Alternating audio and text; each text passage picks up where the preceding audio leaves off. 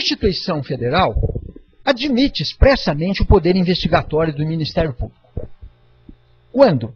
No artigo 129, ela menciona várias vezes o poder que o Ministério Público tem de investigar no inquérito civil, o poder de requisitar informações e documentos, o poder de requisitar inquérito policial, o poder de expedir notificações com finalidade de se instruir. Então, ela está reconhecendo o poder investigatório do Ministério Público.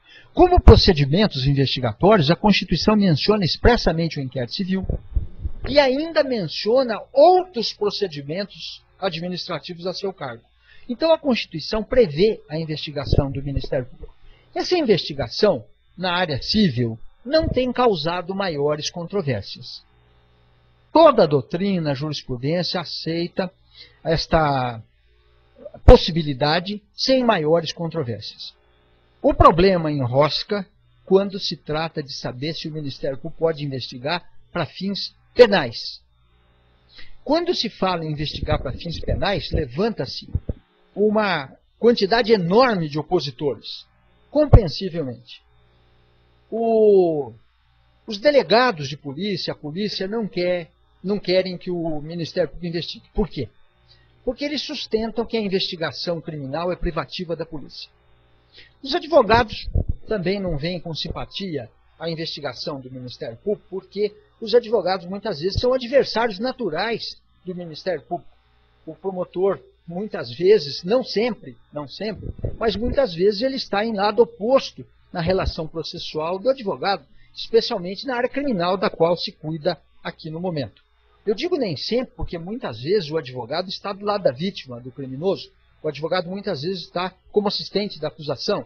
Mas, normalmente, o que costuma mais acontecer é o advogado estar do lado do réu, enquanto o Ministério Público sozinho está contra o criminoso, ou contra o indigitado, o suspeito, o possível criminoso. Então, não é muito simpático para o advogado ver o Ministério Público com poderes investigatórios, porque isso, de alguma forma, acaba dando mais armas à acusação do que à defesa.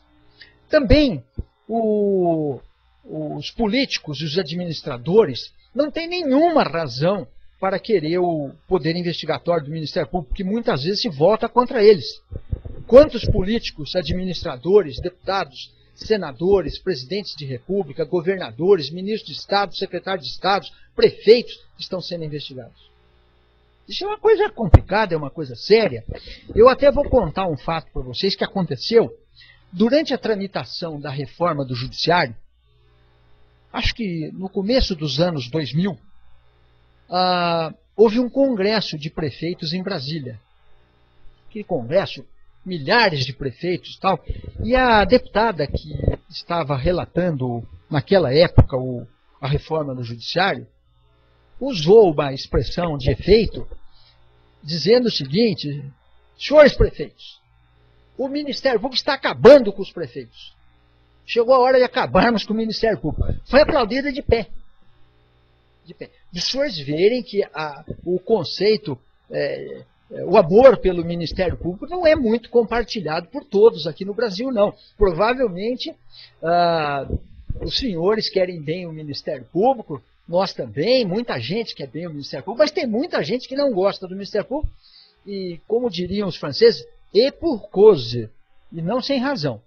Mas, de qualquer forma, esta questão é que há muita resistência contra os poderes investigatórios do Ministério Público. Então vamos enfrentar esse problema. O Ministério Público pode ou não pode investigar para fins criminais? A Constituição expressamente mencionou os poderes investigatórios do Ministério Público na área civil, como no artigo 129.3. Mas diretamente um artigo dizendo assim que o Ministério Público pode investigar para fins criminais, a Constituição não desceu a esse nível de detalhamento. Não desceu. Entretanto, nós podemos facilmente inferir que a Constituição deu poderes investigatórios ao Ministério Público. Por quê? Porque ela dá ao Ministério Público poderes de requisição, notificação, ouvir testemunhas com as notificações, dá, além do inquérito civil, outros procedimentos investigatórios a seu cargo. E como ela deu a ele a titularidade privativa da ação penal pública, pela teoria dos poderes implícitos, não há como o Ministério Público se desincumbir da sua atribuição primária, prioritária, a mais importante, a única na qual ele tem uma parcela da soberania do Estado. Como é que ele poderia se desincumbir da sua atividade da persecução penal se ele não tivesse acesso à fonte da informação? Se ele dependesse exclusivamente da autoridade policial? Mas aí dizem, não, mas acontece que a Constituição deu exclusividade à polícia. Não é verdade. Tem um artigo na Constituição, 144, que cuida das finalidades da polícia. E, entre eles, ela diz que a Polícia Judiciária da União, a Polícia Federal, tem exclusividade na investigação dos crimes de competência de interesse da Polícia Federal. Então, se ela tem exclusividade à Polícia Federal, nos casos que sejam de interesse da Justiça Federal, então seria por simetria que a Polícia Estadual também teria nos crimes residuais. Mas não é isso que a Constituição quis dizer. É muito simples.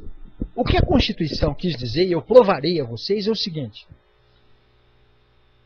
A Polícia Judiciária da União tem exclusividade para investigar crimes de competência federal em relação à Polícia Estadual. A Polícia Federal exclui a Polícia Estadual. Mas a Constituição jamais quis que a polícia tivesse monopólio da investigação criminal, porque a própria Constituição desmentiria isto. Vejam vocês as CPIs. As CPIs não investigam crimes? Investigam crimes. Os juízes e tribunais não investigam crimes? Investigam crimes. Os crimes de competência originária, o Supremo investiga crimes. Os juízes eleitorais investigam crimes eleitorais. Os administradores investigam crimes. Por exemplo, como é que um prefeito põe na rua um servidor desonesto que fez um desfalque na prefeitura? Ele precisa de fazer um processo administrativo. O prefeito vai investigar se aquele servidor roubou ou não roubou. É lógico que ele não vai investigar para fins criminais, mas ele vai investigar o crime, porque vai ser a justa causa para demissão ou para aplicação de uma sanção administrativa. Nós temos os tribunais de contas. Quando o Tribunal de Contas investiga uma dispensa fraudulenta de licitação, alguém duvida que isso é crime? Quando o Ministério Público investiga danos ao meio ambiente, ninguém nega que pode investigar dano ao meio ambiente. Ninguém. Não há uma pessoa no Brasil que negue que o Ministério Público possa investigar danos ao meio ambiente. Dano ao meio ambiente é crime. Pode ter sido feito com dolo. Ninguém nega que o Ministério Público pode investigar esse crime. Ninguém nega. Até porque ele faz isso diariamente. E ninguém nega. Só que quando ele resolve investigar uma autoridade, um presidente da República, um senador, um governador, um ministro, aí cai o mundo. Não, o Ministério Público não pode investigar. Não pode porque essa atividade de investigar não foi tornada privativa da autoridade policial. E ao contrário, existem vários dispositivos que permitem as investigações do Ministério Público. Por exemplo, na lei infraconstitucional, que é mais expressa e detalhada, a Lei Orgânica Nacional do Ministério Público dá poderes investigatórios gerais ao Ministério Público. A Lei Orgânica do Ministério Público da União também dá. O Estatuto da Criança e do Adolescente, no artigo 74, inciso 6º. O Estatuto do Idoso também permite. E como é que os tribunais têm se desincumbido desta questão? A questão tem ensejado controvérsias. Entretanto, a tendência que me parece que os tribunais estão começando a seguir é a seguinte.